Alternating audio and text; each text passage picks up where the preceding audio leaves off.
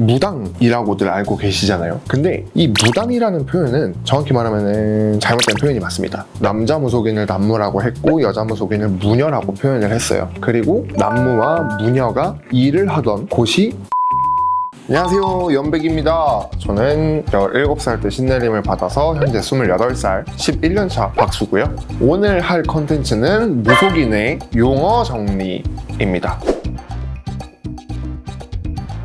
평소에 애동이라는 용어를 되게 많이 쓰시더라고요. 아, 제가 애동 때 네. 이런 식으로. 네. 그 애동이라는 뜻이 뭔고 시기가 언제인지 궁금한데요. 일단 애동이라는 게 이제 애기 제자 혹은 애기 동자를 뜻하는 말인데, 내림을 받고 10년 미만 혹은 뭐 조금 빨리 잡으면 한 7년 정도 미만인 분들을 애동이라고 하죠. 그래서 아직 실력이 갈고 닦이지 않았고 능력들이나 이런 스킬들 자체가 갈고 닦이지 않았다를 본인 스스로를 표현할 때 애동이라고 표현을 하고, 애동이 점을 잘 본다라는 말이 있잖아요. 그런 게 가장 빨이 좋을 때여서 신발이 제일 깨끗할 때, 왜냐면 스킬적으로도 정리가 안 돼 있고 뭔가 능력적으로도 정리가 안 돼 있다 보니까 툭 내뱉으면은 그 내뱉는 말이 정말 빨이 좋아서 그냥 그대로 생으로 전달이 되는 거라 빨이 좋다라고 표현을 하는 시기이기도 합니다. 신가물이라는 말이 어떤 의미인지.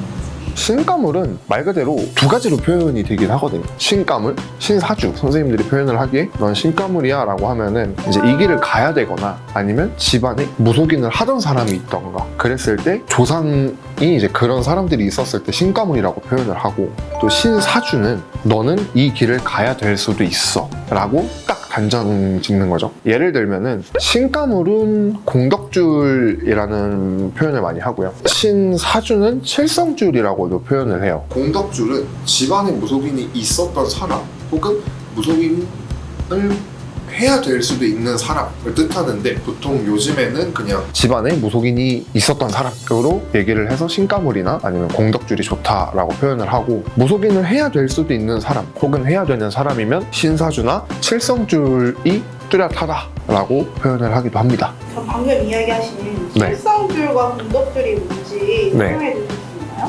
공덕줄은 조상줄이고요. 칠성줄은 신령줄이에요. 이 공덕줄 같은 경우에는 조상이 도와주는 그런 거고, 칠성줄은 이제 신령님들이 도와주는, 보통 조상이 신령이라고 하는데 그런 게 아니라 진짜 선조 때에 무속인을 하시던 분이 신령님들을 모시자는, 그 신령님들이 아직까지 우리의 자손들을 돌봐준다라는 표현으로 조금 이해하기 쉽게 그런 식으로 설명을 드리면 될 것 같고, 공덕줄은 말 그대로 그냥 윗대에 덕을 많이 쌓은 분이 돌아가셨을 때 공덕을 받아서 자손들을 보살펴줄 수 있다라고 해서 공덕줄이라고 하는 거고, 칠성줄은 이제 집안에 이런 사람들이 있었고 그 사람들이 모신 신령들이 자손을 좀 보살펴줄 수 있다, 이런 식으로 보면 될 것 같은데요. 대신, 만신 이런 종류가 되게 많더라고요. 네. 그게 다 어떤 걸 뜻하는지.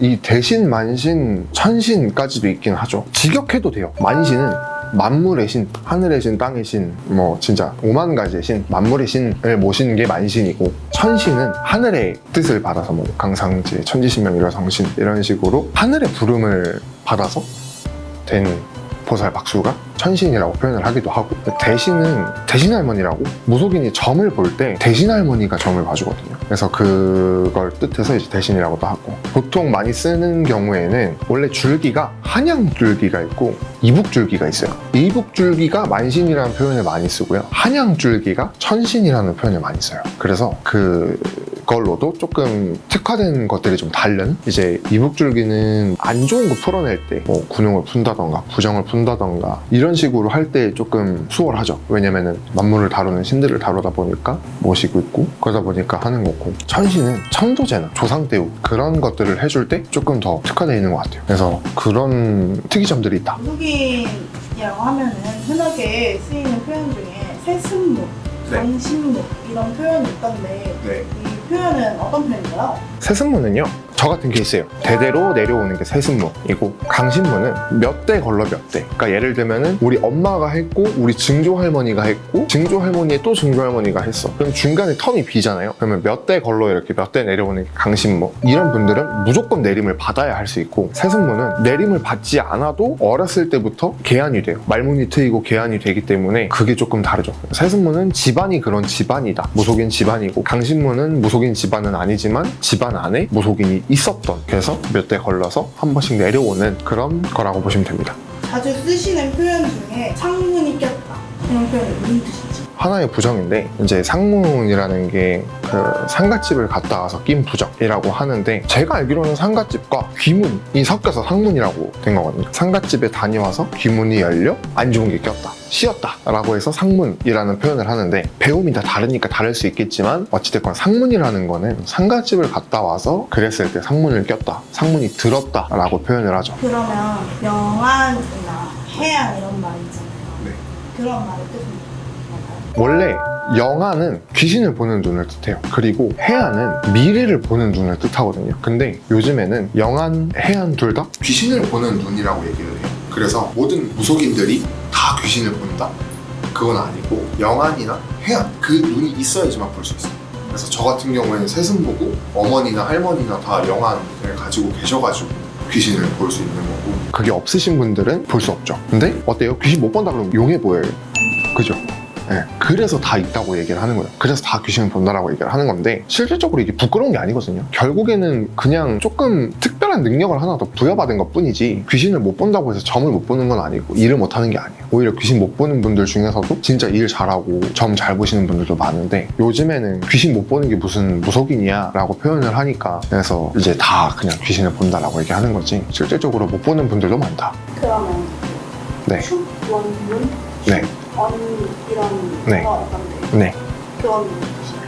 축언문은 말 그대로 말씀 언자로 쉽게 생각하면 돼요. 축언을 할 때 내가 잘 되게 기도를 하는 게 축언문이고 내가 모신 신령들께 말씀을 올립니다 라고 하는 게 축언문이고 축원문은 내 신도들 잘 되라고 기도할 때 쓰는 단어예요. 일을 할 때 축원 카드가 있거든요. 축원 카드 이제 생년월일이랑 신도들 거고 대주 기주 다 써가지고 해놓는데 그때 그 축원문을 보면서 이 대주나 기주한테 잘 되게끔 뭐 이렇게 축원한다 라고 표현을 하는 게 축원문. 그리고 축언문은 내가 할머니 할아버지들한테 바람이 있을 때 올리는 말들을 축언문이라고 합니다. 또 그런 말들이 있잖아요. 살을 날리다, 비방하다 네. 이런 것들이 있는데 그런 애들은 누구실까요? 비방이랑 살이랑은 좀 달라요. 살부터 설명을 하면 살을 날리다라는 게 결국에는 저주거든요. 근데 지금은 금기예요. 그러니까 사람을 해하는 거거든요. 그 살자가 제가 알기로는 그 살기의 그 살자예요. 그러니까 살기가 결국에는 사람을 죽일 듯한 기운이잖아요. 그 살을 날린다는 거는 그 사람한테 죽을 만큼의 무언가 해를 가한다라는 건데 이거는 말 그대로 도덕적이나 윤리적으로 안 되는 행동, 무속인이 지켜야 될 행동. 비방은 보통 이제 무속인들이 비방을 많이 하거든요. 이런 비방은 어디에 쓰는 거냐면 똑같이 안 좋게 하는 건 맞는데 직접적인 해를 가하는 게 아니라 그 사람의 마음을 움직이는 거예요. 예를 들어 제 남편이 바람을 피는 것 같아요.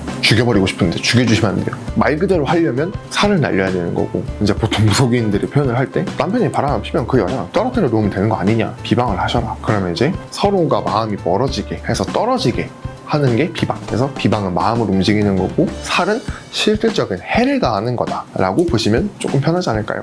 또 이야기 나누시면서 설명해 주고 싶은 단어.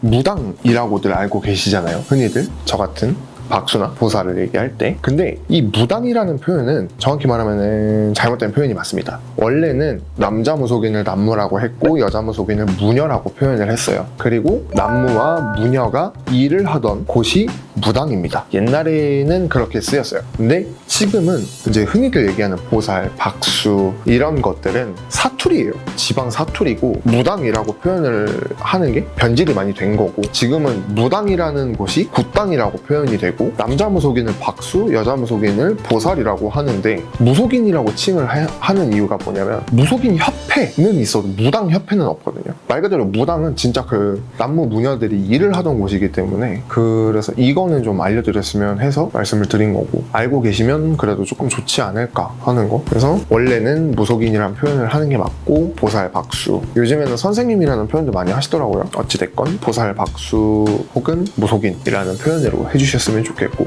무당이라는 표현은 옳지 않은 표현입니다. 자, 오늘은 무속인 용어에 대해 정리해봤고요. 더 궁금한 게 있으시면 댓글로 남겨주세요. 그러면은 답변 드리도록 하겠습니다. 재밌으셨다면 구독과 좋아요, 알림 설정까지 부탁드릴게요. 안녕.